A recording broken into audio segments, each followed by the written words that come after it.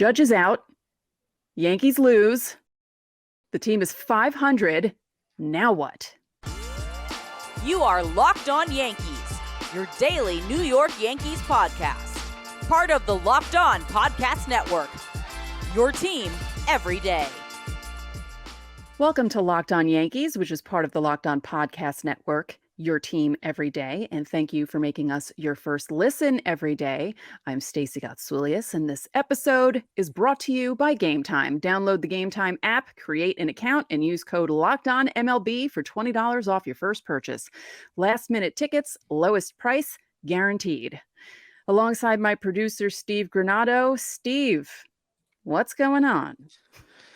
I feel like that question every day gets more and more loaded. I don't have the answers. We're going to try and find them today, folks. We're going to try and find them. Hey, by the way, we have answers when you give us questions. So give us your questions in the comments down below here on our YouTube side. You can be a part of our Friday shows, our Fan Mail Friday shows. We take questions from you every single day in our YouTube comments, 5 days a week. Join over 2,200 Yankees fans if you're on the audio side here on YouTube. The link is in the show notes. Hey, we have a Game 2 preview coming up later on in the show. Of course, we have some injury updates. There's a couple of them to come your way. But first, the big news of the day, of course, yesterday, if you missed our quick little video on it on our YouTube channel, another reason to come subscribe to the YouTube channel is to get those quick little update videos. Aaron Judge is out, Stacey. Why don't you go ahead and give the folks the rundown on what happened on, Monday? Yeah, so they announced it in the afternoon on Monday that he's being placed on the 10-day IL, retroactive to April 28th, which was what we were assuming when we recorded the show for Monday, with that right hip strain, which means when he's eligible to come back, it'll be for the A's series in a week. So he'll miss Tampa, which is a big series. And they recalled Franchy Cordero in his place. Yes. So I wanted to talk a little bit about this today, Stacey. Obviously, this is bad. Maybe you don't want this to happen. No. Judge has been super durable, over the last couple of years. He's really avoided major IL time. This is just 10 days. And in reality, now since he's put on a week, at the slowest, it could be longer. You don't know. Right. But I wanted to talk about what the Yankees are going to do without him. We've obviously seen it over the last few days because he hasn't been in the lineup since he got pulled on Thursday. He'd been batting in the second spot of the order, Stacey. He had one game in the 3 spot, but is batting in the second spot. So since the injury, Yankees have played 4 games without him, and 3 of those lineups have had Anthony Rizzo in it, and then Oswald Peraza played in one of them. In the 2 spot. And then obviously the change that day on Thursday was Oswaldo Cabrera came in for him when he was pulled. Do you agree or disagree with Anthony Rizzo essentially just taking the spot in the order? I don't like him there. Okay. Well, why? I don't know. I don't. I don't know why. I feel like I can't think of who should be there at the moment.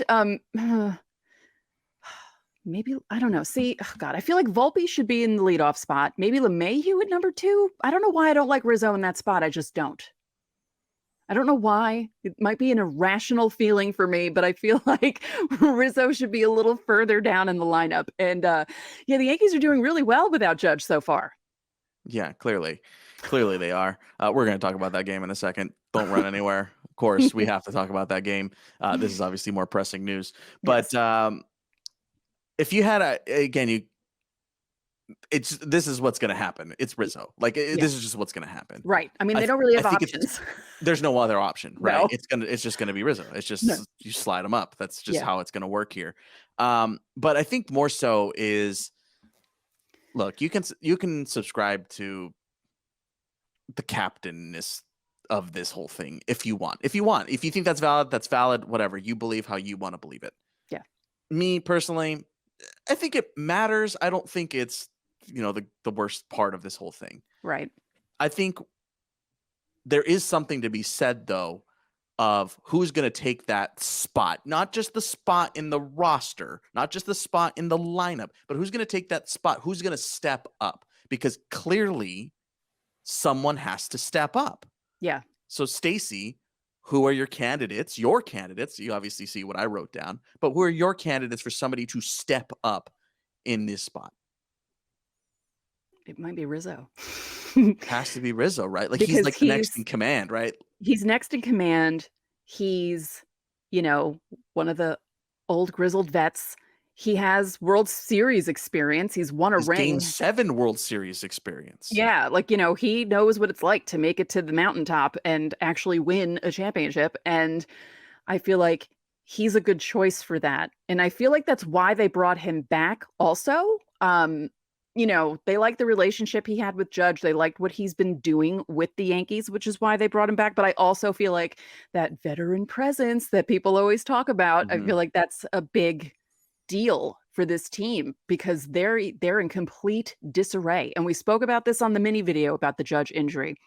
It's not just because it's Judge that the lineup is doing so poorly. It's not helping that Stanton's not there. Yeah.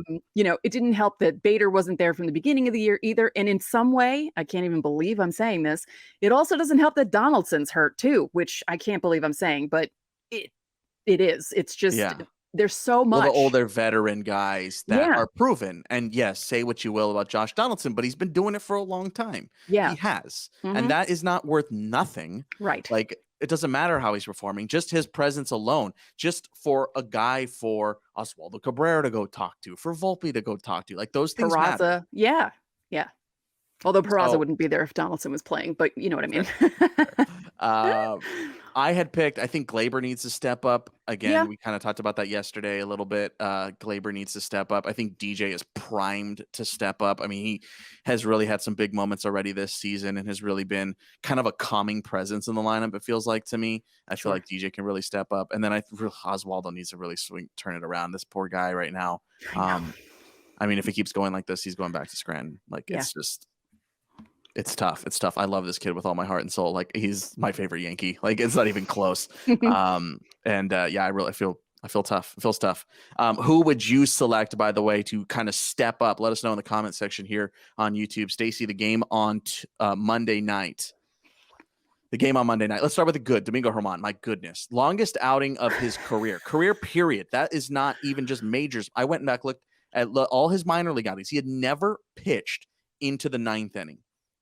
8 1/3, 2 hits allowed, got charged with the run, a walk, and 6 strikeouts. His longest outing in the minors was 7 2/3. That was also coincidentally his longest outing in his major league career. Huge. That was huge. He had never pitched into the 9th inning, which is amazing. Again, that's majors or minors. Stacey, I was going to ask you this question before it blew up. If you had looked at the rundown, I'd actually already written it down because and you saw my answer before. Yes, and now I know your answer. But before how it turned out the way it turned out, your thoughts on the decision to go to Clay Holmes there? I didn't like it. I didn't like it right away. For what reason? I just knew it wasn't. I told you guys the other day. I know people think I'm crazy, but I feel like I know when things are going to happen. And as soon as he walked out to pull German out and Holmes was being called in and not Michael King for some reason, I felt it in my gut. I said, they're losing this game. I can feel it right now. They're losing this game. I know it. I knew it. Yeah. And everyone on Twitter knew it. I was looking through my timeline. Why are they pulling German? Why are they bringing Holmes in? It was more, why are they bringing Holmes in than pulling German? I kind of understand the pulling German because you don't want to mess with his performance and you don't want to ruin a good night. Right. You don't want it to be him to be the one who gives up those 2 runs to tie, but why Holmes? Why not King? That's my biggest question for Aaron Boone. Holmes had 3 straight scoreless appearances. He prior to that outing had 4 of 5 saves this season. And there hasn't really been, we kind of talked about the closer situation. There hasn't really been that moment of Clay Holmes is the closer. It's just us assuming at this point. And we also had assumed during spring training that this was going to be a closer by committee. Again, there's no confirmation on either side of that argument, but Michael King, we talked about him on Monday's show, how incredible he is, but he hadn't pitched since Thursday. Which is when he picked up the 7-out save. So why wouldn't you bring him in? And I thought, because I was listening to the game, I was listening to John and Susan on Sirius XM, and I heard John mention Michael King, and I thought, okay, I don't mind King warming up and being the one possibly to come in Being for ready. Herman, and be ready for him. That I had no problem with. But for some reason, my gut, as soon as they said it was Holmes, I thought to myself, oh boy, here we go. So I'm going to steal a conversation topic from our friends at Locked On Angels. They had this conversation the other day considering the Angels bullpen. They've had a drastically different season out of the bullpen than the Yankees have had. Their conversation went something like this, that there are times to going to the bullpen has to be a bit of a gut feeling as well. True. Right? There are obvious matchups here. Wandy Peralta pitches because they don't want Josh Bell swinging left-handed. I get that. I totally get that. You're not putting this loss on Wandy Peralta. He got put into an impossible situation. No, definitely not. No. And it was a really good at-bat, by the way. Yeah. Between him and Mike Zunino. Mm-hmm. But having feel for the game is what the manager is supposed to have, right? You're supposed to understand that. And again, I understand where he was coming from in pulling Herman. He was only at 88 pitches. Yeah, whatever, yada, yada, yada. And he didn't want him to regress. You needed Domingo German to finish strong today, right? Yes, right. But there is still something to be said of letting guys finish what they started. Yeah. Right? These are professional baseball players. These aren't little leaguers. And it was Stephen Kwan who got the hit. Stephen Kwan is a pesky, annoying player who's going to get a hit. He just reached out and poked it into center. Yeah, it wasn't. I just don't understand how someone like Aaron Boone, who's been in the game since he's a literal baby, who's been around the sport for longer than I've even been alive, because he's a year older than me. I mean, he basically has been around since he was in the womb. He doesn't have a feel for this stuff. And I've been saying this since they hired him. The Yankees are not going to win anything with Aaron Boone as manager. I'm saying it right now. I said it last year. I'm saying it again. And it just drives me crazy that he never pushes the right buttons. So when it comes to going to your bullpen too, right? Like we were saying, like Michael King probably would have been better in that spot. If you're gonna ride someone there, and look, Clay Holmes is a fine pitcher. I don't want to put it on him either. Right.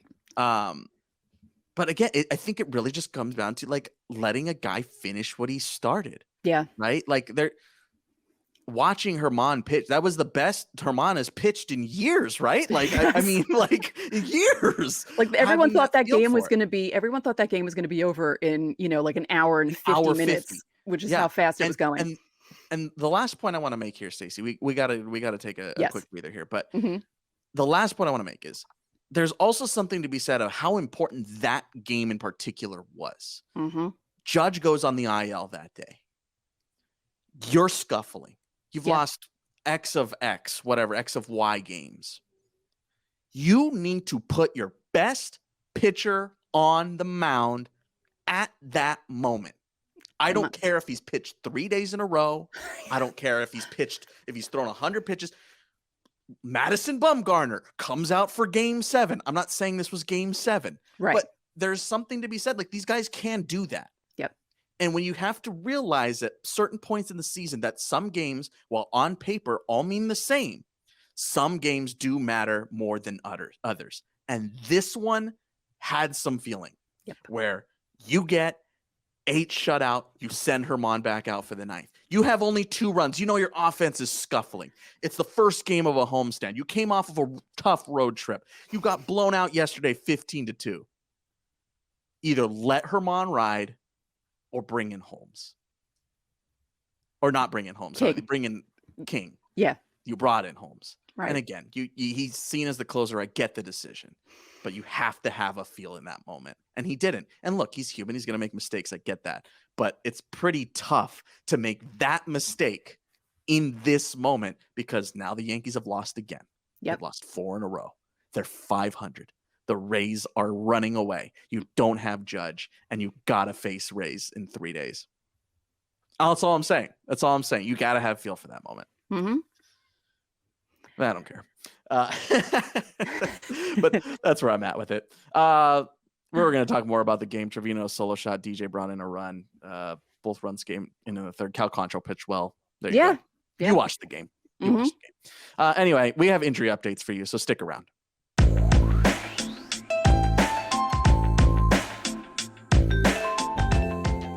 Buying tickets to your favorite events shouldn't be stressful. Game Time is the fast and easy way to buy tickets for all the music, sports, comedy, and theater near you. With killer deals on last-minute tickets and their best price guarantee, you can stop stressing over the tickets and start getting hyped for the fun you'll have. Game Time also has flash deals and last-minute tickets. It's easy to find tickets and buy them for every kind of event in your area, and they even give you images of the seats so you know what you'll be seeing and what view you have. With their lowest price guarantee and even event cancellation protection, Game Time is the best place to buy tickets in just a matter of seconds. 2 taps and you're set. Snag the tickets without the stress with Game Time. Download the Game Time app, create an account, and use code LOCKEDONMLB for $20 off your first purchase. Terms apply. Again, create an account and redeem code LOCKEDONMLB for $20 off. Download Game Time today. Last minute tickets, lowest price, guaranteed.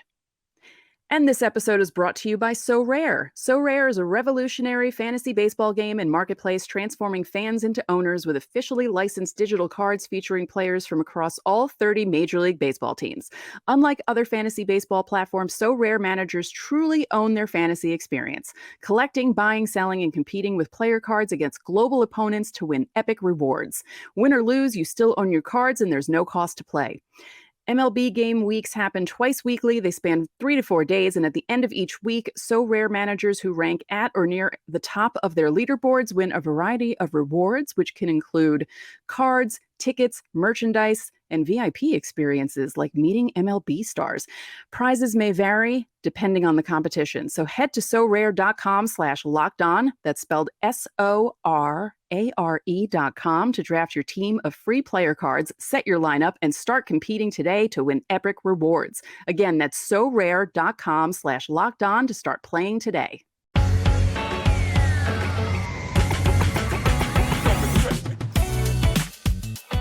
Hey, back here on Locked On Yankees. Thanks for sticking around for our second segment, and thanks for making us your first listen. Coming up on Wednesday, we got to look at how Anthony Volpe's first month plus has been in the major leagues. We're going to break it down. That's all coming up on tomorrow's show, so make sure to hit subscribe, whether you're on audio or on video. And by the way, the whole series and the whole season can be heard this year on SiriusXM. Download the SiriusXM app for free, and every home broadcast is right there for you. For the Yanks. Some injury updates for you, Stacey. Let's go ahead and start with Luis Severino.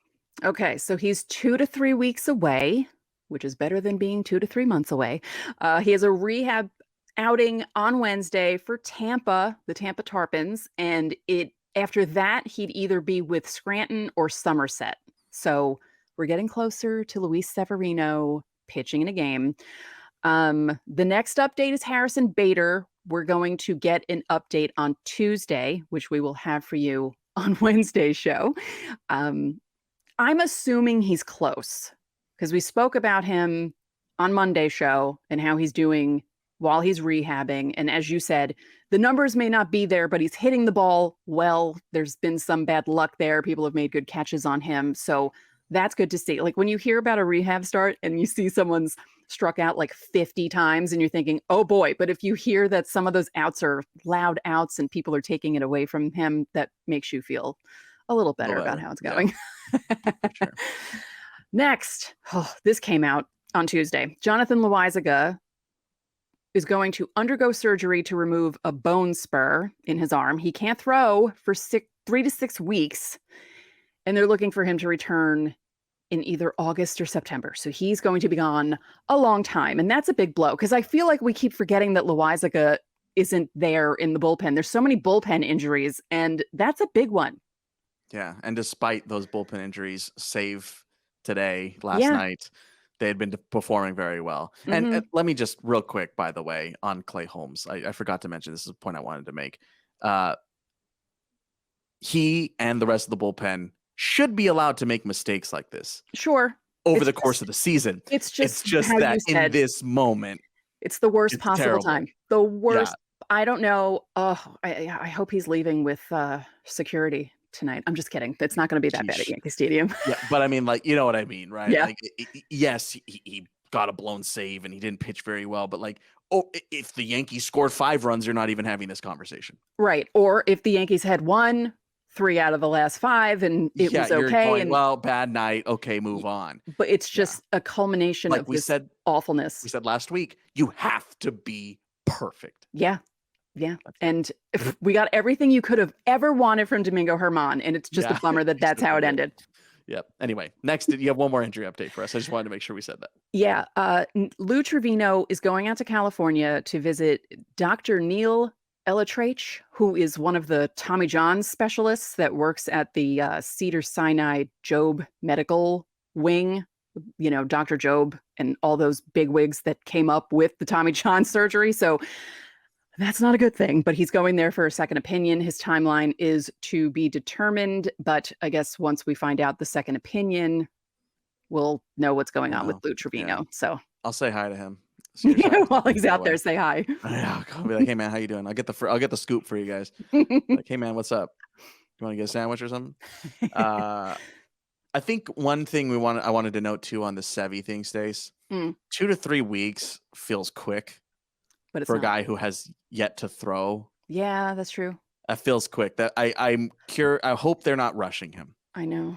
That worries me just because of his history of rushing to get back and either re-injuring what he's rehabbing or injuring something completely different, because this man has not pitched a complete season since what, 2018, something like that. So yeah. And one more quick thing, speaking of quickly, it's not even about us. Bryce Harper coming back after Tommy John surgery, 160 days after he has the surgery.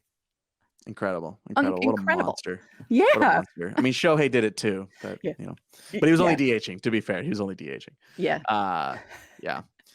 Bader, I feel like that's kind of a rush too. I feel like they should give him a couple more days because he hasn't really played a full 9. He's played like one full 9-inning game. They obviously didn't play on Monday. But I feel like they're so desperate now. They're so desperate. That's what I'm saying. I feel like they're moving him along quick. They cannot go into the Rays series looking like they're looking right now. They need some sort of spark. Sorry, Stace, they're about to. We'll see if they can get a couple of wins. Gerrit Cole on the mound tonight. You can catch the game on SiriusXM. Of course, all the action on SiriusXM with John and Susan. One more breather. When we come back, a preview of Game 2.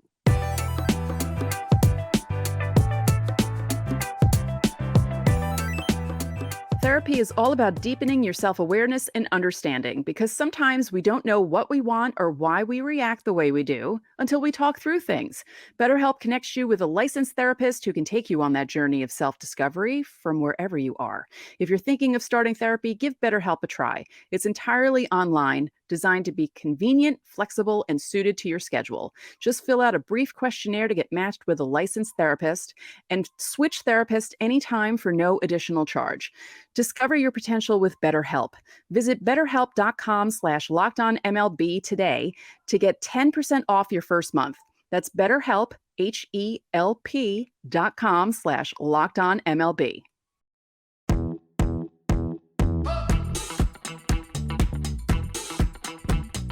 Back here on Locked On Yankees, Game 2. Yankees will send Gerrit Cole to the mound to face off with Tanner Bibee. Stacey, Gerrit Cole, does he need to go into the 9th inning tonight?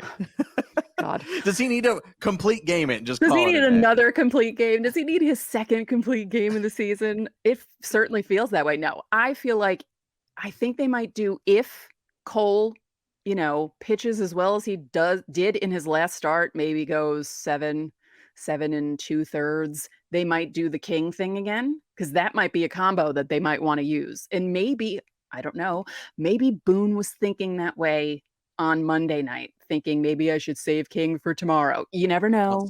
Don't save. No, ever you don't. Save a player. No, I just ever win today. That's always the mentality.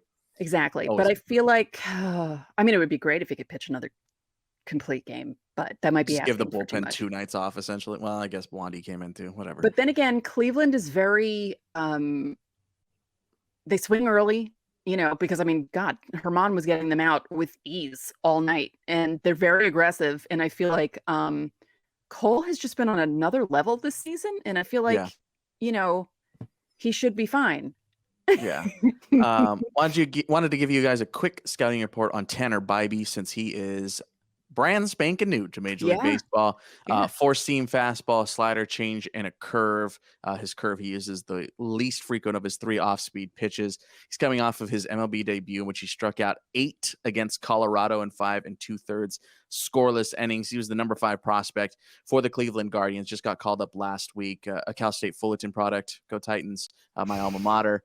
He is a Southern California native, like myself. And I like Tanner Bybee. He's a bulldog, and he's going to be a tough matchup against a struggling offense right now. So could have another pitcher's duel on our hands here tonight. Just by nature of how the Yankees offense is looking. No offense to Tanner Bybee, but hey, welcome to Major League Baseball, bro. Here's Yankee Stadium and Gerrit Cole. Good luck. Yankee Stadium, Gerrit Cole, and very angry Yankee fans who will be very mad if something bad happens. So yeah, have fun with that. At least it's a Tuesday. At least it's not like a Friday night. Right. Yeah, but so Tanner Bybee will take the mound here tonight against Gerrit Cole. So again, those 3 pitches, that curve he doesn't use very often, but he still has one. You can catch that game on the SiriusXM app. We always tell you, listen to John and Susan over there, and you just download the app, whatever app store you're on, and you can get a free trial, which is awesome. It's like 3 months free trial. Why wouldn't you want that? Hey, coming up on Wednesday on Locked On Yankees, again, we're going to take a look at what Anthony Volpe's first month has been like. So make sure to hit subscribe on either audio or video, and we'll bring you that episode tomorrow. Remember, Monday, Tuesday, Wednesday, Thursday, Friday, every day, midnight Eastern. We drop a new episode everywhere. That's going to do it for this one. I'm Steve Granado. And I'm Stacey Gatsoulias, and we'll see you tomorrow.